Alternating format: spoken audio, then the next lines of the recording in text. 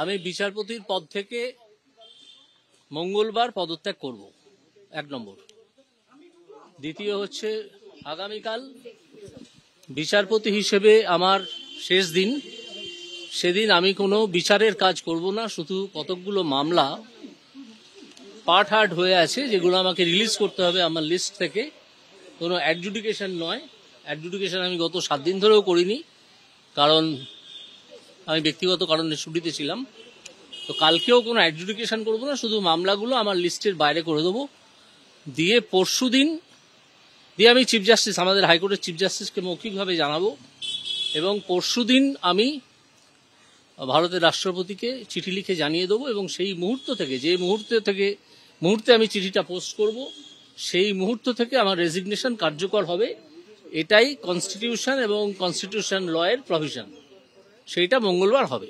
তারপর আমি আপনাদের সব প্রশ্নের উত্তর দেবো মঙ্গলবার 1:30টার সময় কোর্টে মাস্টারদা সূর্য সেন মূর্তির নিচে আমি আসব।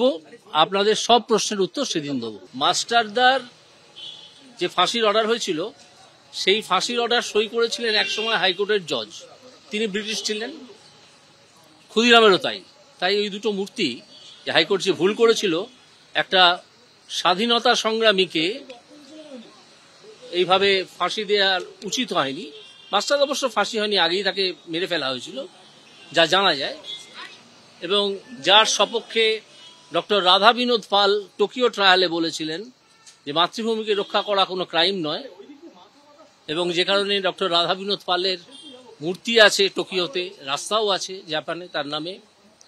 একজন বাঙালি মাথা উঁচু করে সে কথা বলে এসেছিলেন।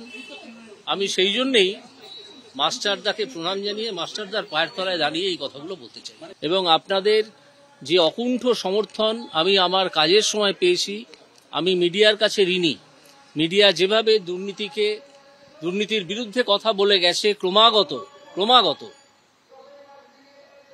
এবং তাতে আমার কাজের যে সমর্থন আমি পেয়েছি, তার জন্যে মিডিয়াকে আমি প্রণাম জানাতে চাই। এবং মিডিয়াকে আমি আমার বন্ধু বলে মনে করি, এবং মিডিয়ার কাছ থেকে কোনো কিছুই আমি লুকিয়ে রাখবো না। শুধু আমাকে 2 দিন সময় দিন, সোমবারের পর মঙ্গলবার 1:30টার সময়। 7 তারিখে কিছু আমি এইটুকু মন্তব্য করতে পারি, কুণাল বাবুর সঙ্গে আমার চেম্বারে বসে, হাইকোর্টের চেম্বারে বসে দীর্ঘক্ষণ বিভিন্ন বিষয় নিয়ে, রাজনীতি নিয়ে নয়, বিভিন্ন সাহিত্য সংস্কৃতি নিয়ে আলোচনা হয়েছে। আমার মানুষটিকে ভালো লেগেছে। কুণাল ঘোষ যতই মুখপাত্র হিসেবে আমাকে আক্রমণ করে থাকুন না কেন, কুণাল বাবুকে আমার মানুষ হিসেবে ভালো লেগেছে।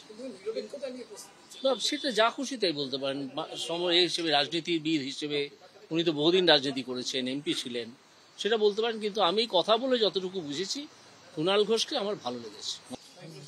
আমি আবার মিডিয়ার কাছে আমার কৃতজ্ঞতা জানাচ্ছি। আপনারা দুর্নীতির বিরুদ্ধে যেভাবে রুখে দাঁড়িয়েছিলেন, এখনো দাঁড়িয়েছেন, তাতে আমি সত্যিই অত্যন্ত কৃতজ্ঞ আপনাদের মিডিয়ার কাছে, বাংলা এবং সর্বভারতীয় মিডিয়ার কাছে। দুর্নীতির বিরুদ্ধে আপনারা সবসময় থাকুন।